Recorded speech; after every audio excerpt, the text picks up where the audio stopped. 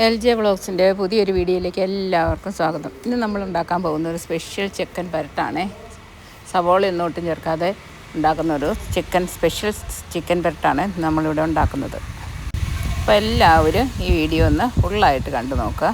എല്ലാവർക്കും ഇഷ്ടപ്പെടുന്ന വളരെ രുചികരമായൊരു ചിക്കൻ പെരട്ടാണിത്. അതിന് വേണ്ടിയിട്ട് നമ്മളിവിടെ കുറച്ച് ഇഞ്ചി, വെളുത്തുള്ളി, 3 ഏലക്കായ, 3 ഗ്രാമ്പു, പിന്നെ മുളക് പൊടി ഒരു 3 സ്പൂൺ മുളക് പൊടി, പിന്നെ 1/2 സ്പൂൺ കുരുമുളകും 1/2 സ്പൂൺ പെരിഞ്ജീരകവും ഉണ്ട്. എല്ലാം കൂടെ നമ്മൾ മിക്സിക്കകത്തിട്ടൊന്ന് അരച്ചെടുക്കണേ. മുളക് പൊടി അത് എരിവിൻ്റെ അനുസരിച്ച് നമുക്ക് കൂട്ടിയും കുറച്ചും എടുക്കാവേ. ആവശ്യത്തിന് ഉപ്പ്, അരപ്പിന് ആവശ്യമുള്ള ഉപ്പ് മതി.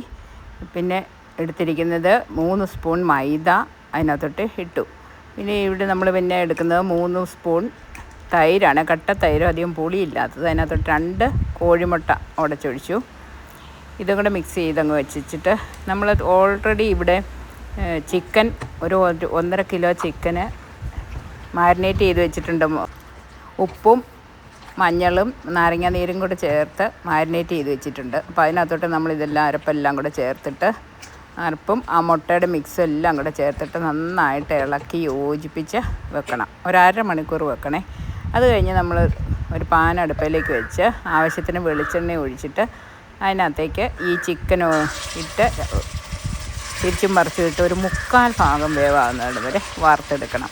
ഒത്തിരി അങ്ങ് കരിഞ്ഞ് ഉണങ്ങി അങ്ങ് പോയത്, ഒരു 1/4 ഭാഗം വേവേ ആകാവുള്ളൂ. അങ്ങനെയെല്ലാം നമ്മൾ തിരിച്ചും മറിച്ചും ഇട്ട് വറുത്തെടുക്കണേ.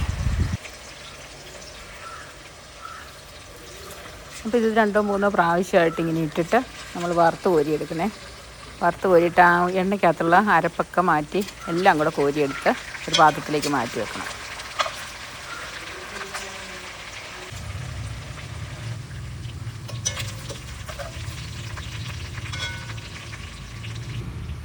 അപ്പം നമ്മൾ ഒരു ആദ്യത്തെ സെറ്റ് ചിക്കൻ കോരിയെടുത്തു. ഇനി ഫുള്ളായിട്ട് നമുക്ക് അത് മുഴുവൻ ഇങ്ങനെ വറുത്ത് കോരിയെടുത്ത് വെക്കാം.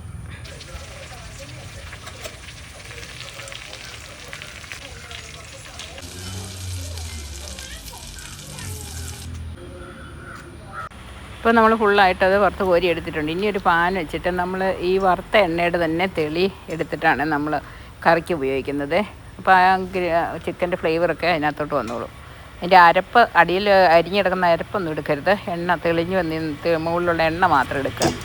അതിനകത്തേക്ക് നമ്മൾ 2 സ്പൂൺ ഇഞ്ചിയും വെളുത്തുള്ളി പേസ്റ്റ് ഇട്ടൊന്ന് മൂപ്പിച്ചിട്ട്, പിന്നെ അതിനകത്തേക്ക് നമ്മൾ ആ അരച്ച് വെച്ചിരുന്ന അരപ്പിൻ്റെ പകുതി നമ്മൾ ചിക്കനകത്ത് ചേർത്ത് കുഴച്ച് വെച്ചിട്ടുണ്ടായിരുന്നു. അപ്പോൾ അതിൻ്റെ പകുതി മിച്ചം വെച്ചിരിക്കുകയാണ്. അത് ഇതിനകത്തോട്ട് ചേർത്തിട്ട് അതും കൂടെ ഒന്ന് മൂപ്പിച്ചെടുക്കണം ഈ എണ്ണയ്ക്കകത്തിട്ട്. അത് നന്നായിട്ട് വഴറ്റി മൂത്ത് വരുമ്പോഴത്തേനും ഇനി മിക്സി കഴുകി ജാറ് ഒന്ന് കഴുകി അതിനകത്തുള്ള കുറച്ച് വെള്ളവും കൂടെ ചേർത്ത് അതും കൂടെ ഒന്ന് തിളപ്പിച്ചെടുക്കണം. ഇച്ചിരി നന്നായിട്ടൊന്ന് മൂത്ത് വരുമ്പം വേണം നമ്മൾ വെള്ളം ചേർക്കാനേ.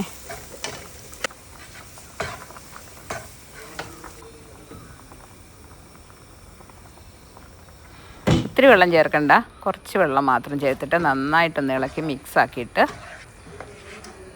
അതൊരു ചെറുതായിട്ടൊന്ന് വെള്ളമൊക്കെ വറ്റി വന്ന് ഒരു ചെറിയതായിട്ടൊന്ന് മൂത്ത് വരുമ്പോഴത്തേനും പിന്നെ നമുക്ക് അതിനകത്തേക്ക് ചേർക്കുന്നത് ഒരു 1.5 ടീസ്പൂൺ ടൊമാറ്റോ സോസും 1.5 ടീസ്പൂൺ സോയ സോസുമാണേ.